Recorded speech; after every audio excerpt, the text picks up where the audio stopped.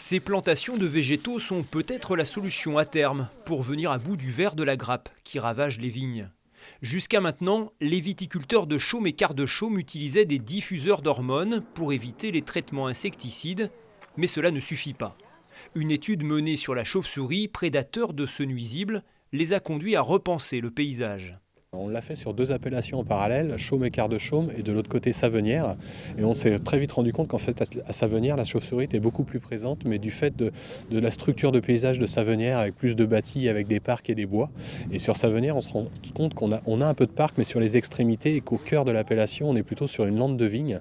Et en réinstallant en fait de la biodiversité, des haies au cœur de cette appellation, on peut recréer un maillage propice à la chauve-souris. Bien sûr, il faudra une quinzaine d'années au moins avant de voir une haie le long des parcelles. Mais à terme, cette barrière naturelle composée de plusieurs essences va attirer insectes, oiseaux et bien sûr chauves-souris. Ça peut être des arbres isolés dans le paysage, des alignements d'arbres, des bosquets.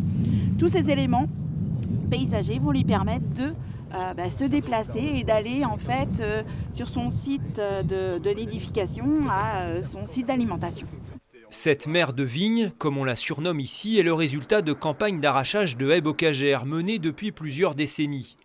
Sur cette appellation gagnée par l'agriculture biologique, une nouvelle dynamique se met en place. L'agriculture biologique était pratiquée avant l'arrivée de la chimie. Aujourd'hui, on revient beaucoup vers l'agriculture biologique. Avant cette chimie, certainement qu'il y avait aussi beaucoup plus de haies.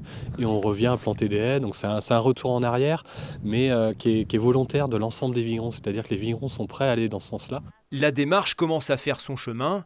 Sur la trentaine de vignerons du secteur, la moitié se disent prêts à planter des arbustes à leur tour dès l'hiver prochain.